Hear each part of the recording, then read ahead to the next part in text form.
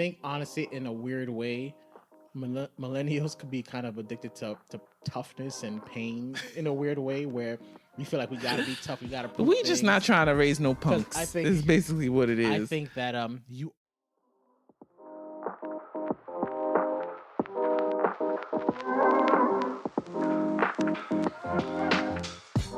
Welcome to the NOIRPOISED podcast, where wisdom is power is more than just a motto. it's our way of life. Do you think you're a gentle parent, or are you more of a tough love person? I'm in between. I'm a millennial. I'm asking because I always saw you as a gentle parent. Me? Yeah. Really? As a gentle parent, and we could define Wait, that. after kids? Yeah, and we could define that. But there was a particular moment where we were with our daughter and somebody else. I don't know, the topic of discipline came up or something, Mm-hmm. and this person turned to you and said, "Don't tell me you're one of those gentle parent type." Mm-hmm. And you said, "Hell no."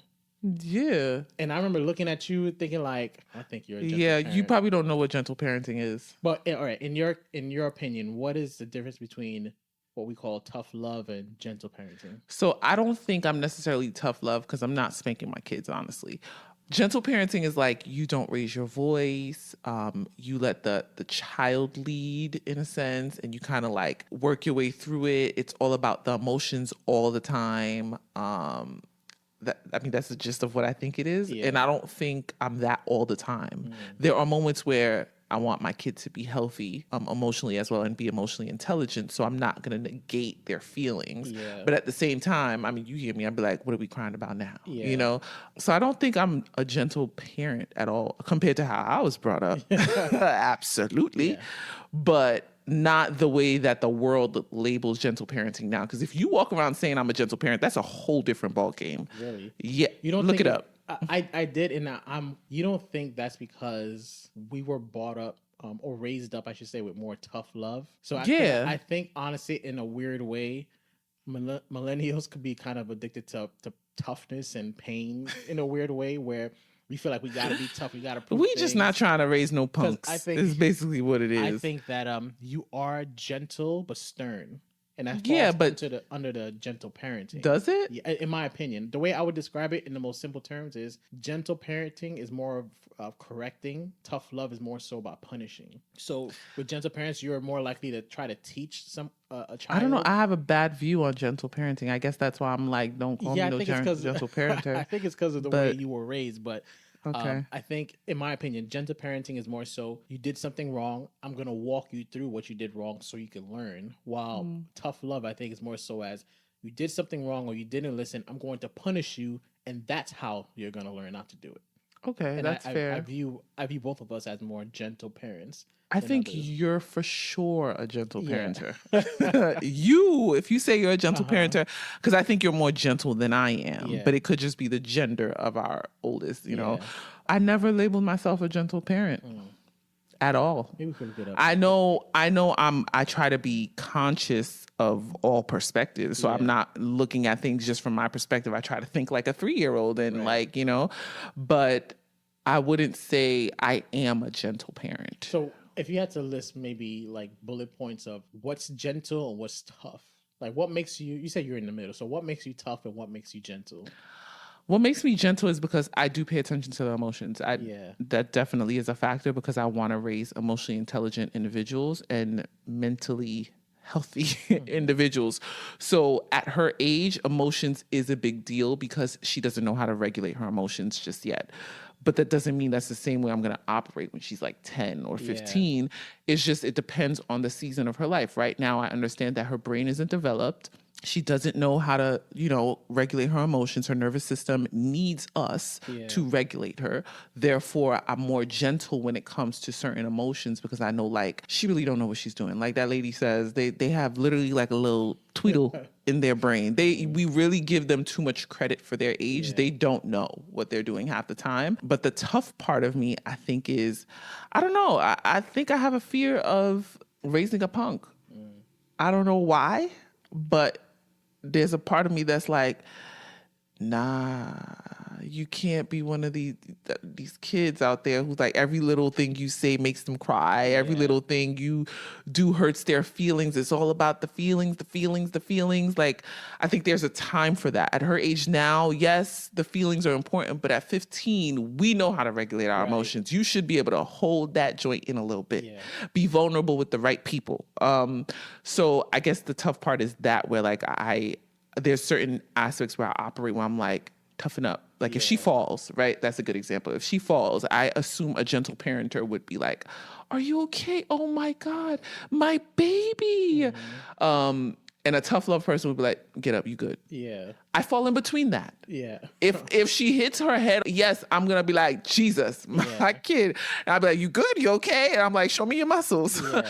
But if it's, she slips and hits her butt on the wooden floor, then, I'm like, you all right, right? Mm-hmm. And she's like, yeah. I'm like, okay, get up. If you good, you get up. So I think I fall in between. Okay. Yeah. I think a lot of people fall in that category as well, like fall in between. In between, yeah. I saw a survey where it said it's about an even split, where 46% of people say that gentle parenting works, and the other 46. How they know? I feel like gentle parenting just started. How they know? The kids are not even that grown yet. They're probably like, just as time goes by. I don't trust those stats. I believe in that because I think, and I've said this before, you already know I'm a fan of millennials. I think we're dope. We know. But we know. I think we can do no wrong. I think we see it a lot in how, I feel like more than ever, parents are more involved in their kids' day to day. Yeah. And they're present. And I think they're starting to see the rewards of that. Mm-hmm. And they're starting to see the rewards of being a gentle parent. I think a large majority of people say that spanking, it's not that they'll never do it, but they try to save it for those real situations. Situations they would rather correct. But I think a lot of people fall in that category where half thinks it works and the other half think it doesn't work. Yeah. Personally, the reason why I chose to go down the gentle route, there was a time when because she's a girl. Yeah, not just because she's a girl, to be honest with you. Because I think even with the boy, even though I play around and act like, I'll treat him differently, I love that boy. Now you say that, but before it was just like... There's going to be a difference in gender. Yeah. Because I never want him to go out there and expect the world is going to be like, soft on him. Mm-hmm. But I'll never forget this. When we were really young kids, my sister got a spanking and she was crying. And I went to comfort her, and I remember telling her, "Yeah, mommy doesn't like us. So why would she do that? If she every kid goes through that. She doesn't love us. Why would she do that?" Mm-hmm. And of course, that's not true. But I never forgot that as a kid because I remember thinking like, if you love somebody, why would you do that? And half the time, I feel like if you have a good kid, half the time they don't. You don't need to spank them. Yeah, they don't really mean to get in trouble. You know? Sometimes they're curious, they impulsive. Yeah, they're impulsive. Yeah. So I always told myself that I'm more likely I should go down the more gentle route. Mm-hmm. And when I've had the discussion with my parents, the example I gave was, if you sin, right, would you rather God punish you or would you rather God teach you through correcting you? Mm-hmm. And that's the approach I have, where I would rather correct my kids than be tough on them and have them learn the hard way. Not that there shouldn't be a hard way, like how she likes to peel her skin. I was telling her, don't do that, and she literally looked up. I mean, this is when the tough love wanted to come out, but she literally looked up at me and said, "I'm gonna do it anyway, even though you told me not to." So she peeled it. I said, "Okay."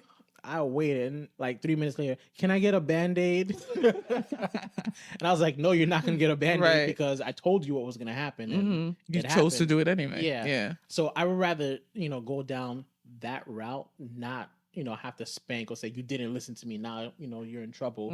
And I honestly think that, it may make them tougher, but I think it makes them tougher because they're always in survival mode.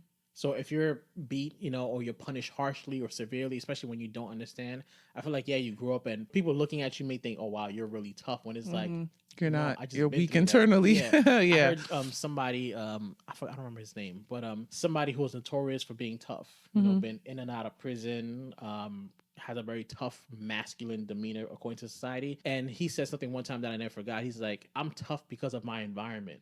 Like, I don't want to be this way. This is the way, like, I was brought up. So why would you want to be this way? Like, I'm a product of my environment." I feel like it's the same thing with tough love. Is you're forcing the kid to grow up and be somebody who's just constantly on survival mode. And it looks tough, but inside, is it really tough? You know, that's a good point. That's a good point. But as you're talking, I'm thinking to myself, like, well, does tough love have to even include spanking? Because you can raise your kids on tough love, and it doesn't have to do with you physically touching them. Yeah, you get what I'm saying? So in that case, is it okay? Is it okay as in like, if because you focus a lot on like spanking. Yeah. So I'm saying this day and age, a lot of us are choosing not to go the spanking route, but that doesn't mean that we're not raising our kids on tough love. There are parents who are still operating on the tough love type of like, you know, spectrum, but they're just not hitting their children. I see what you're saying. Yeah. As crazy as it sounds, specifically for athletes, I don't know about other ventures, it might be overall, but people with tougher parents are likely to be more successful. But now the question is, at what cost? Like I think I was telling you this the other day. That's a good point. Terrence Crawford, right? He just made history. He said his mother's still alive, has never told him that she's proud of him or she loves him. Yeah, I remember you said that. And this is a guy who, you know, just broke barriers, you know, this year. Like, he's officially in the greatest of all time conversation, legendary status. And still to this day, he be begging his mom, like, just tell me you love me, tell me you're proud of me. And his mother doesn't want to do it. What she said is she wants him to be tough. And she thinks that if she gives him that respect, he's gonna slack off for one reason. See, I don't agree with that. But that's tough love. Well,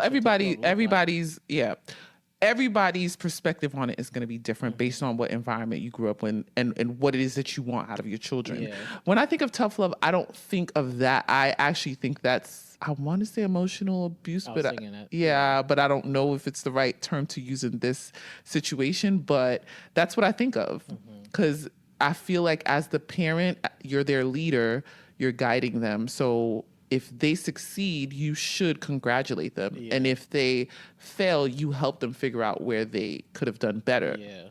I think withholding words of affirmation, specifically to a grown man who's seeking it from you as his mom, and I think he doesn't have a father in his life, right? Or something like that. I've never heard of his father. So okay.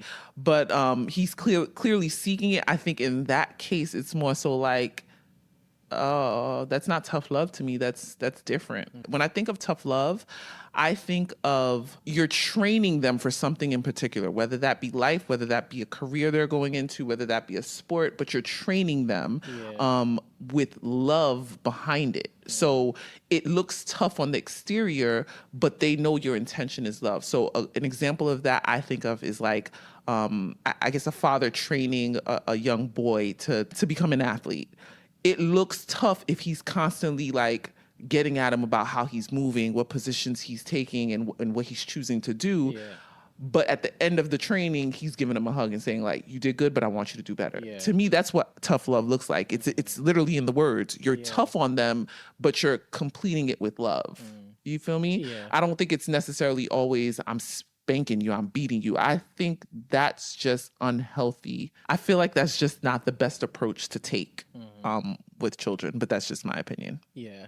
As you're speaking, I thought about this video and I wanted to know if this is an example of tough love. A farmer, was raising chickens. He had a son was probably like 9 years old, I would guess. That was afraid of, I'm laughing already. That was afraid of chickens. Oh, okay. So he threw his son inside the chicken coop. And his son, when I tell you his son was screaming for his life.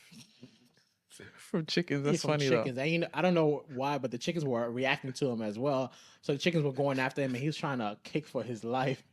And the purpose was, his father was like... That's that black people love. Yeah. Man. That's like, you gonna learn how to swim today, I'm gonna throw you in the pool. He was actually white, but... I'm done. That's so funny.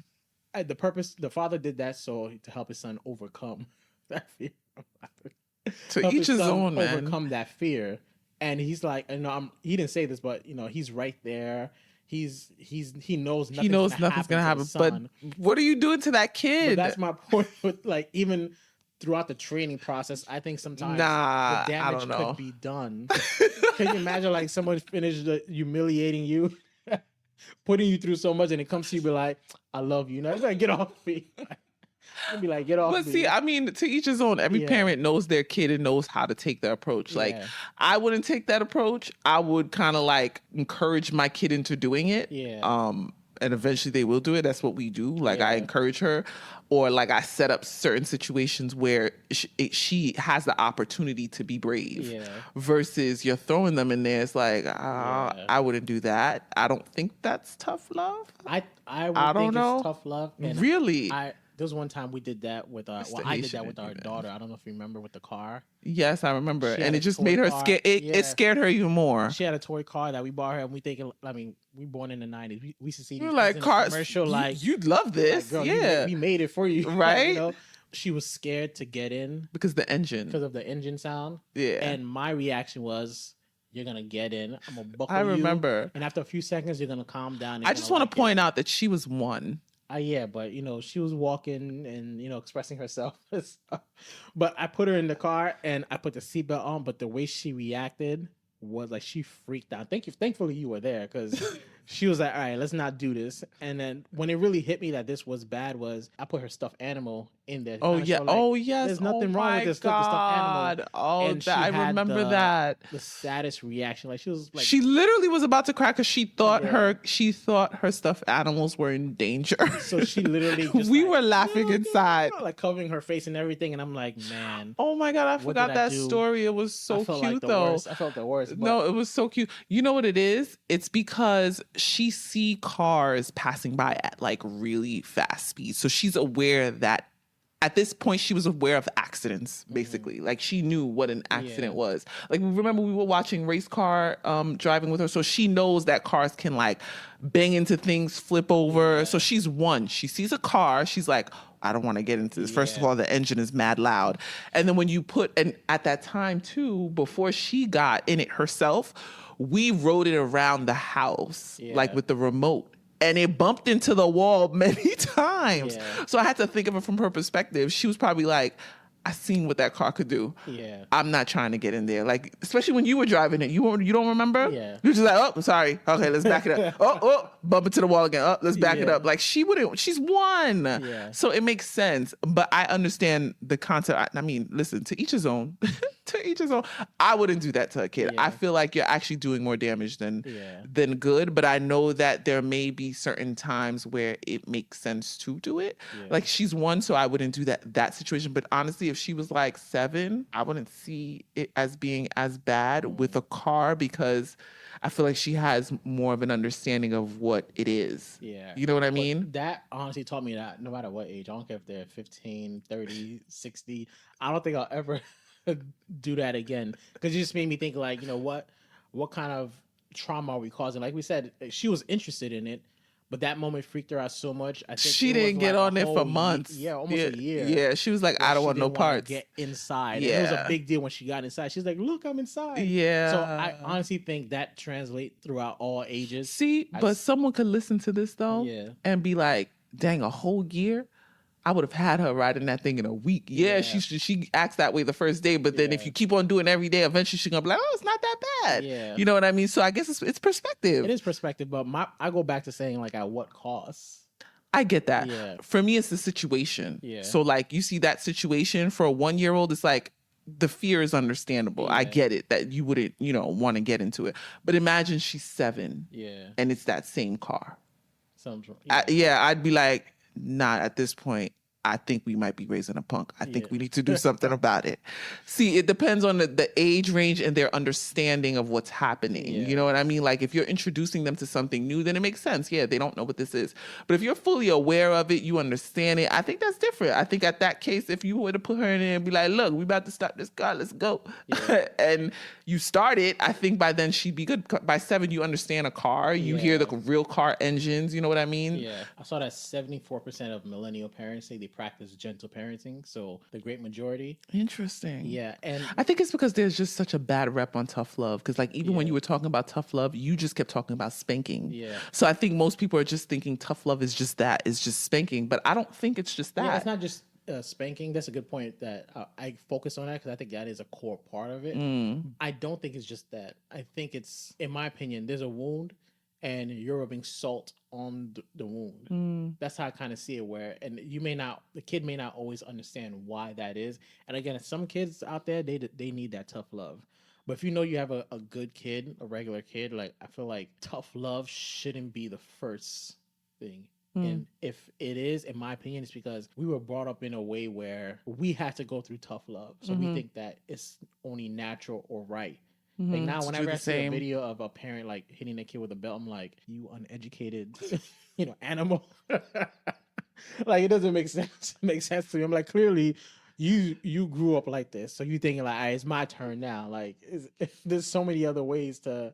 There are so many other ways. Some kids need it though. I'm not gonna lie. Some kids need it, but I think for the most part, I think a lot of things we do is out of fear. Like you said, we don't want to raise a punk. You don't want to see your kid getting pushed and just I got pushed. No, you better push him back. Yeah. No? But I could argue that comes from confidence, not necessarily, tough love.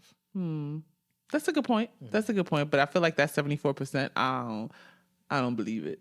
I don't believe it because I feel like, one, millennials, we are so overstimulated. You're going to have bad days. Y'all got bad days. Yeah. I'm sure y'all do. So when I think of tough love, I don't think of just the spanking. I think of like you're pushing them to do something that they may not want to do just yet. And I think millennials for the most part probably do that. It just looks different based on the situation. Like I said, it could, in sports, it could look like you're overtraining. Well, it may look like you're overtraining them, but you're actually just preparing them. Yeah. It could be in education, which we're big on that as millennials, right? Where we're like, no, they're going to go to all these programs. We're going to keep their schedule booked. Yeah. You got to have all these life skills. Like it could be that's true. Potentially tough love depending on how you're approaching the situation when that time comes. But it's not necessarily always spanking. Yeah, I think millennials are more tough love than they know. All right. Out of all the millennial parents, what portion would you say is tough love? The ones that I know? Yeah. I don't think any of them. Nah, I know some. But it's usually based on the gender of the children. Like boys are more likely to get. Yeah, I can see that. Yeah, I definitely think the parents that I know that have boys, they tend to be a little bit more tougher. And it's understandable because boys have a lot more energy. They have a lot more curiosity. Yeah. They're more impulsive. They're more likely to jump off the top of a fridge, So it makes sense that they would have that approach. But what's great about our generation is like, even with the tough love, like the love is amplified. You get what I'm saying? Like, the kid knows they're loved. I think that's the difference. Like, people probably think of tough love and they think like, yeah, I love you, but the kid don't know that they're loved. I think now with tough love, we make it clear that we love our children and they're aware that they're loved, but we got to go through this process. We got to get this done if you want that. If you want these results, this is what we got to do. I think that's the difference now. So that's why I think we are tough. We do have tough love. It's just, we're just not throwing a shoe at our kid. That's it. But like I said, I think it depends on the gender, and I think it depends on the parenting. Because at the end of the day, they have your DNA, right? So you know what you did when you were their age. You know what you're trying to stop. So naturally, you operate the way you think would have been best for you or based on your characteristics. So if that kid has a lot of your characteristics and you can sense what they're capable of, then sometimes you got to do what you got to do. I'm not saying to spank y'all kids now. But I mean, listen, to each his own. I just think there are a lot of different ways to educate and correct children nowadays than to hit them with a belt. Yeah. There are other ways to penalize children without putting your hands on them. And I remember I heard someone say, like, when you put your hands on your children all the time, you're only teaching them that whenever they want to correct something or fix something, they have to use their hands in physical altercation versus their mind and their words. So I think it's important to take other routes for that sake. Like, you don't want to raise violent children. Yeah. And we're out.